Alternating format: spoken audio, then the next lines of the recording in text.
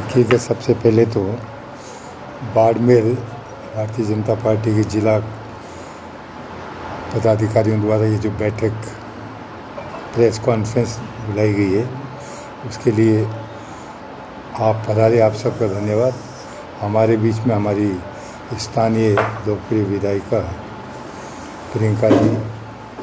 जिलाध्यक्ष जी बैठे हैं। आज जो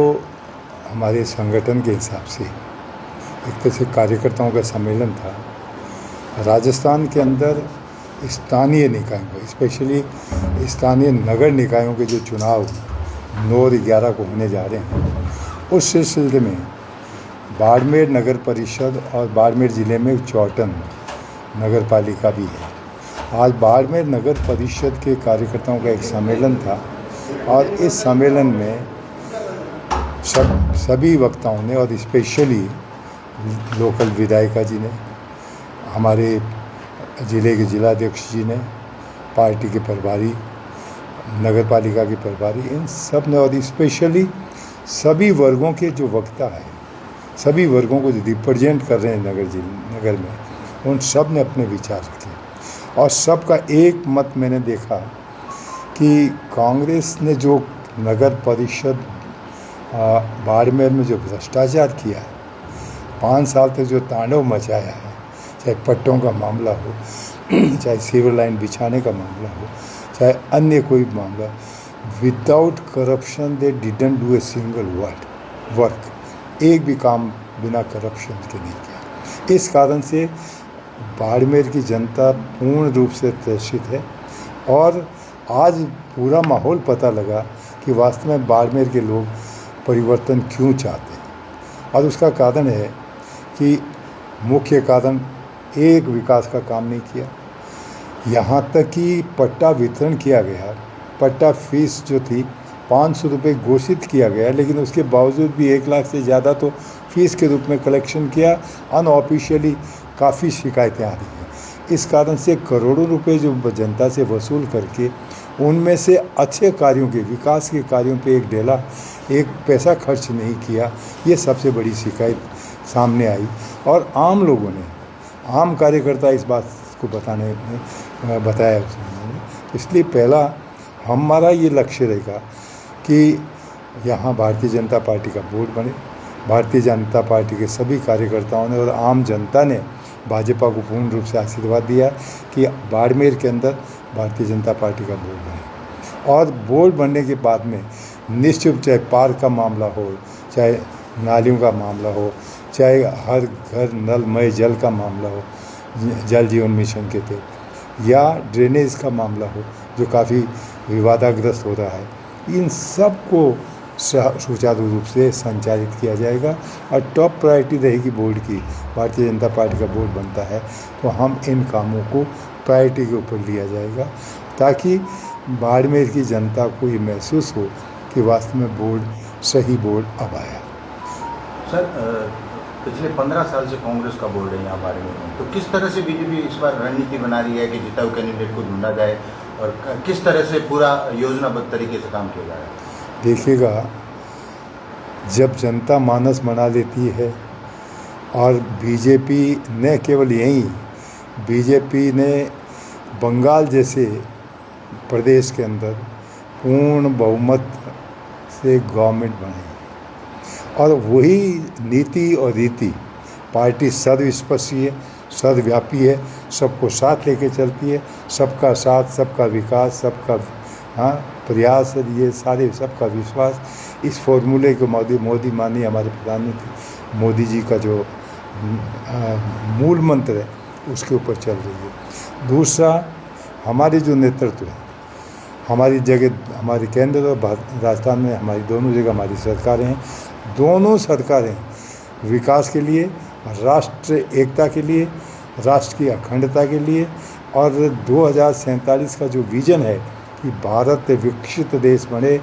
भारत वर्ल्ड की 3 बड़ी अर्थव्यवस्थाओं में एक सम्मिलित हो, उनमें हो। आज भी चौथे पायदान पे, हमें तीसरे दूसरे पायदान पे आना है। तो इस कारण से देश को विकसित करने के लिए, देश की कृषि विकसित हो, देश का उद्योग विकसित हो, देश का जो आप मतलब कि आम व्यक्ति है वो खुशहाल जीवन, जब हमारे आज़ादी के 100 वर्ष पूरे होंगे तब भारत दुनिया का बहुत बड़ी महाशक्ति के हर क्षेत्र, शैक्षणिक क्षेत्र, शिक्षा के क्षेत्र में, स्वास्थ्य के क्षेत्र में, इंफ्रास्ट्रक्चर के क्षेत्र में,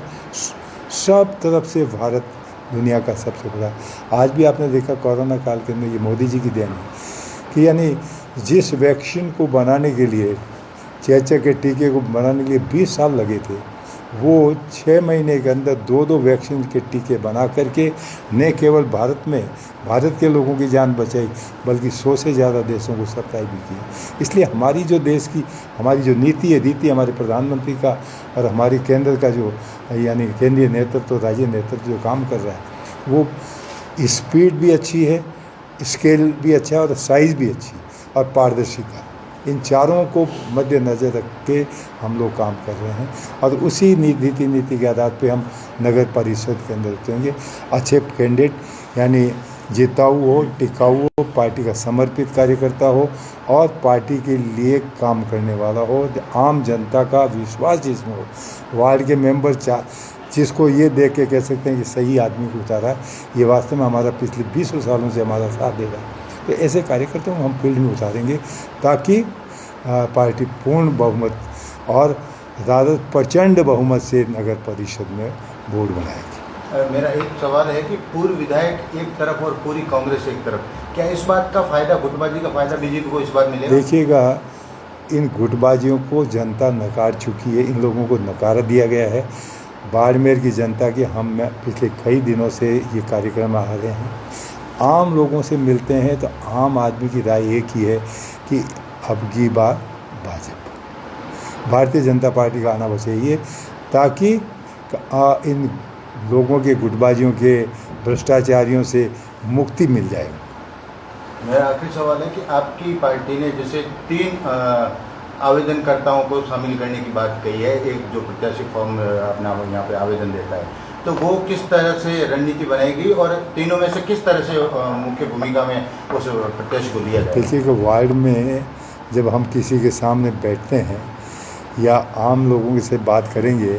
तो अपना आप वो कह देते हैं कि कौन सा आदमी है जो रात दिन यहाँ काम कर रहा था, कौन सा आपका कार्यकर्ता है। और कार्यकर्ताओं को यदि अकेले हम पूछेंगे तो हर कोई अपना फॉर्म ले आएगा, लेकिन 50 आदमी बीच में जाते हैं तो पता लग जाता है ये काम नहीं कर रहा है। तो रणनीति अलग है और उसी के तहत प्रॉपर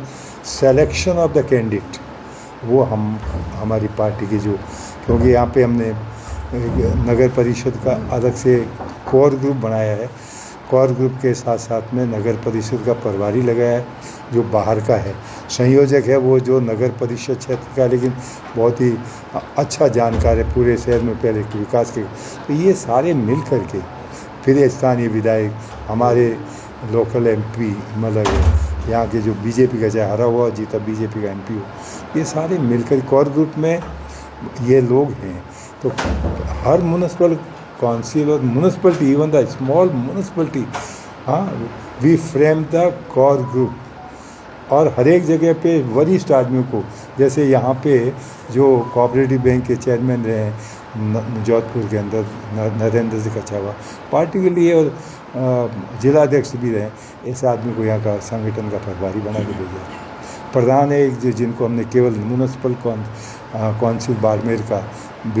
पाली से प्रताप सिंह भीटिया को भेजा है। तो ये इस प्रकार से उतारा गया है कि सही सिलेक्शन,